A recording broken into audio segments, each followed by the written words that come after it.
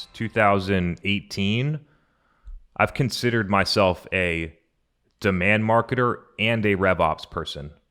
But the way that I see Rev Ops is different than how everyone else sees Rev Ops. And perhaps I need to give it a different name so that people know what I'm talking about. Maybe it's Demand Ops. I don't know. We'll work through it. But there's components of Rev Ops where if you are a demand marketer and you're accountable to pipeline, qualified pipeline, and revenue, that you need to understand these concepts because they can be massive levers for you to hit your goals, exceed your targets, find new things of growth without buying more ads or creating more content. Like, there's tons of inefficiencies in the actual pipeline process post-conversion that you can impact, that can make you can move your pipeline or your revenue or your MQLs or those types of things. You can move them by simply adjusting a process, changing how you track the data, enabling your team. And so when I think about a demand marketer's kind of responsibilities in Rev Ops, it's data, process, enablement, and insights. You could potentially throw tech in there as well, but there's only very specific use cases where I, as a marketer, would insert tech for this part. Typically, I'm going to leave tech out, and that would actually be more in the traditional Rev Ops side. And so on the data side, kind of like what I talked about with Matthew, when you're a demand marketer, you need to have the data in the right structure to generate the insights and make strong decisions. And so you don't need to be the one that architects all of those things. I've done it before because no one else would, so I have a good understanding of it, but you don't actually have to be the one that goes in there and presses the buttons and sets stuff up. But you need to have a vision for what data you need, where you need it, and why. So data. The next part is process. And so thinking about all the different components in a process of a modern buying journey.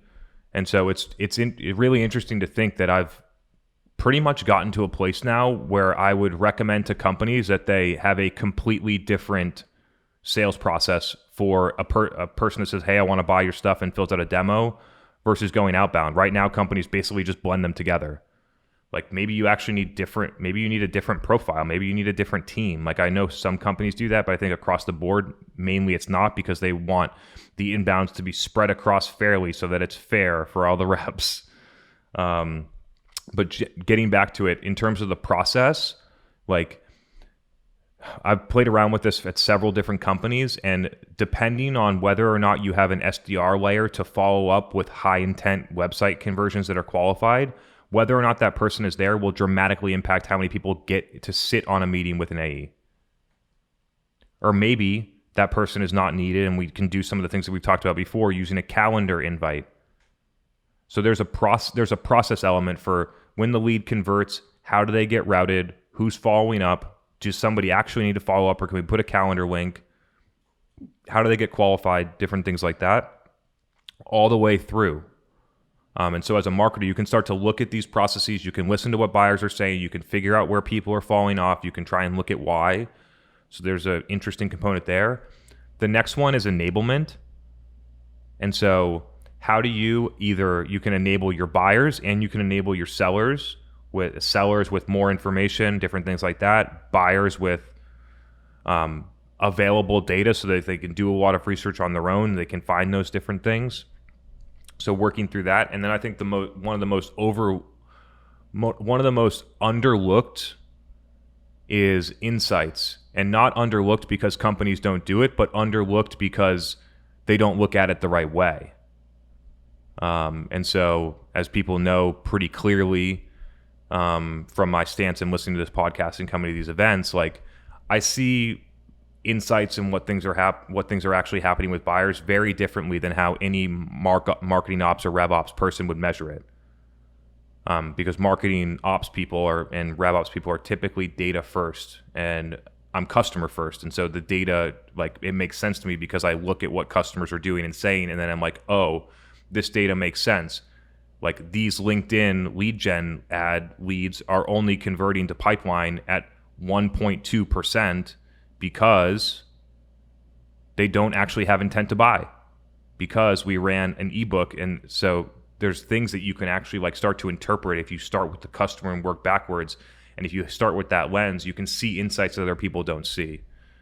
And so I'm sure, I hope to spark some questions because it's an interesting topic that we don't talk a lot about, but there is so much value in being able to not only generate pipeline, but also optimize the pipeline. And so I think about it like everyone know, I'm not sure everyone, but a lot of people know that we're basically aligning on a high intent website funnel where people are coming through qualified saying, hey, I want to talk to your sales rep now about buying this stuff. And like, I own that funnel. I don't call it a funnel anymore. I call it a pipe. And so I own, because the conversion rates are so good. It's not like a funnel. It's literally like straight. And I own that to think about how can it be more efficient? How can we have more stuff flowing through it? How can that stuff be flowing faster? How can we win? How can we get more people to the end? And if you really center on that as a team and look at that, there's so much opportunity for scale and efficiency when you look that way that other companies just don't do it that way. So they don't see the potential upside of if you move from having 30 people come to your website and do that every month to 300 while maintaining the conversion rates, how much of a huge impact that would have on your business. And that is like, we've done it for a couple companies, so you can do stuff like that while maintaining or improving all of the metrics that matter: sales cycle length, win rates, ACVs, etc. Hey everyone, this is Chris Walker, the CEO of Refine Labs. Thank you so much for taking the time to watch this video. If you enjoyed it, feel free to like, comment, or subscribe to the channel for more videos in the future. We're also live for Demand Gen Live at 7:30 p.m. Eastern every Tuesday night, which will also go on the State of Demand Gen podcast, which is available on Apple and Spotify. Thanks again, and see you next time.